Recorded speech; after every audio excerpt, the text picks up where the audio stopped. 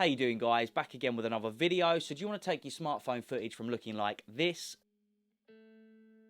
to this? Well, in this video I'm going to show you a budget way on how to get great looking footage just using your smartphone. So let's jump into the video. So before we jump into the video, if you're new to the channel, consider subscribing. Everything I do is shot using a smartphone. No DSLRs allowed. So if that's something you're interested in, getting top quality footage just using a smartphone, consider subscribing. Okay, so let's jump into this video. So the smartphone I've chose to shoot this video with is, well, you're going to have to wait to the end to see what phone I'm actually using. But I'd like to know what your thoughts are, so put them down in the comment section below and see if you can guess what phone I'm currently filming on. Okay, so you've got your phone and you want to start creating content, but you don't know exactly what type of gear you need to be able to create a good looking shot. So let's break it down and go through exactly what I am using in this setup to get this type of looking shot. So to start off with, I'm using just a cheap £15 tripod. It's the cheapest type of tripod you could physically buy. All its purposes for me is to sit there stationary to get this type of shot. I don't need anything fancy that's going to cost hundreds of pounds to just sit there in one position and face me. So that's the first thing that I've got set up, is a tripod. Next, I've got the phone actually sitting in a beast grip, but any phone clamp will do. So you could buy yourself a $5 phone clamp and you could attach that to the tripod head, and then you've got something to sit there and film yourself with. Now, the lights that I'm actually using in this setup is just one of those cheap softbox lights from Neewer. This is from Amazon as well. It's a cheap light. It just comes with one of those screw-in bulbs like you'd find in your house, them energy-saving type bulbs.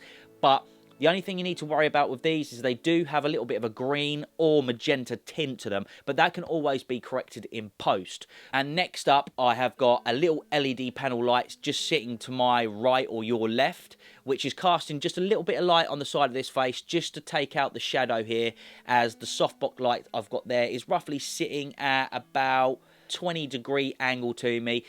I could have taken this a little bit further around and brought it down here. It would have created a little bit more of a shadow on this face, but I wasn't looking to go for a very dramatic look.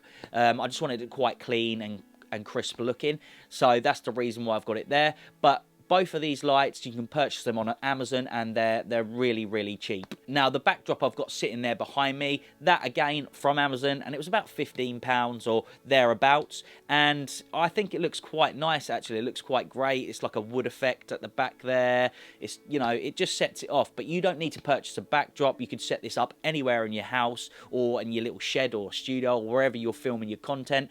And you can design the background to look exactly how you want it. But for this shot, this is just how I've got it. Now, I'm not going to go into detail about what audio I'm using, because this is just a video to show you how to get visually good looking shots on a budget. This has nothing to do with audio, so I'm going to skip that part, but I just thought I'd mention it to you in case you wondered why I hadn't mentioned audio. But again, there is some great options out there for audio, some really cheap microphones that actually sound really great. So just do your research, watch plenty of videos, and go for the best one that suits your needs. And the last thing on the list that I'm actually using that's connected to the phone is an external lens. Now, this is a lens that's made by a company called Ulanzi, and it's their 65mm telephoto lens. And again, this lens is £25 and it's off of Amazon as well. Now, if you look over my shoulder this way here, you can see my laptop just sitting over the back there, and there's a little bit of background blur going on there, which just takes your smartphone footage up a notch and just makes it look a little bit more professional, almost like it was shot on a DSLR. And that's basically it. That is the basic setup. It's literally a cheap tripod,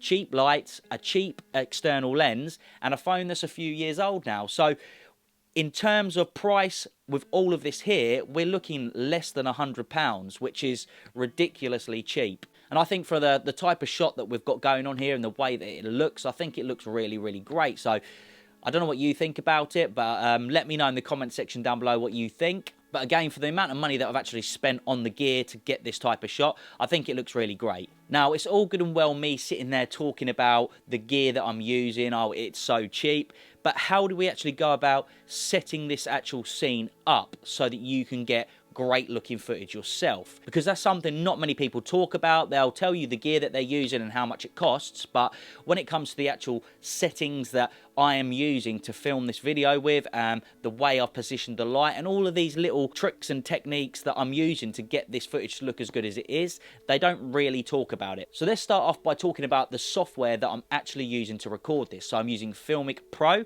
and I'm filming in 4K 25 frames per second. I'm also filming in their flat profile. Now, that's obviously an additional purchase of their cinematographer kit that you can purchase through Filmic Pro, which I personally think is well worth it. And I'm actually using their flat profile because I find that the best looking profile. I find that the natural profile, the standard profile, is a little bit too contrasty for my liking and a little bit too saturated. The log profile is way too flat, but the actual flat profile I think just gives the best looking image in my personal opinion, and it's the less work for, say, color grading and adjusting exposure and all the rest of it. So I find that the flat profile gives off the best looking image in Filmic Pro. So I've got the phone, it's sat in the clamp itself, and the tripod away from me here is about a meter away, and that's how I'm creating this shot. Now, the reason why I'm getting a little bit of background blur in there is because I'm actually sitting about 2 meters away from the background. So the further I'm sitting away from that background, the more background blur we're going to be able to get using our smartphone, and therefore it's going to look way more professional. What you don't want to be doing is sitting right up close against the background, because everything is going to be in focus and you're not going to be achieving any background blur or bokeh whatsoever using your phone. So try and separate yourself from the background itself to be able to get the best looking shot. Okay, so you've downloaded the app, you're using Filmic Pro, you've got it set to 4K 25 frames per second or 24 frames per second depending on where you live. What do you do next? Well, I usually like to set my shutter speed to 1/50th of a second, which is double my frame rate, and then I put my ISO as low as it will physically go. A lot of people will set their lights up the way they want them to look, and then they'll go into the app, they'll turn it on, and they'll adjust the ISO on the phone to compensate for the darkness or how bright it is. That's not what you want to do. What you need to be doing is setting the ISO as low as it will physically go, and then physically moving the lights themselves closer or further away from the subject that you're trying to capture.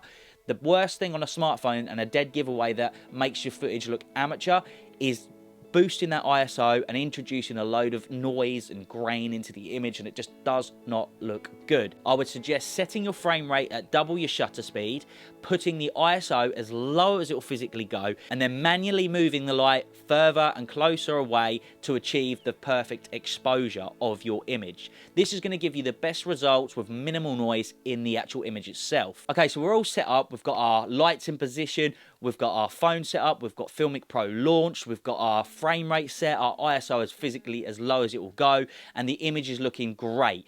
We'll start recording, right? No.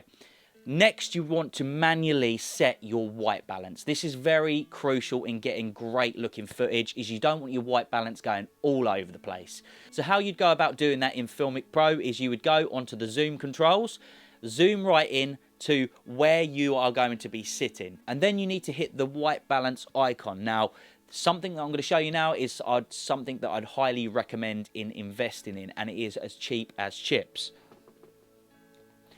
And it's this, it's just a white and grey card here. So now we're zoomed right into where the subject is going to be sitting. We want that light that's coming in here on this card. That's why we're zooming in, so that this card fills up the entire frame of the phone.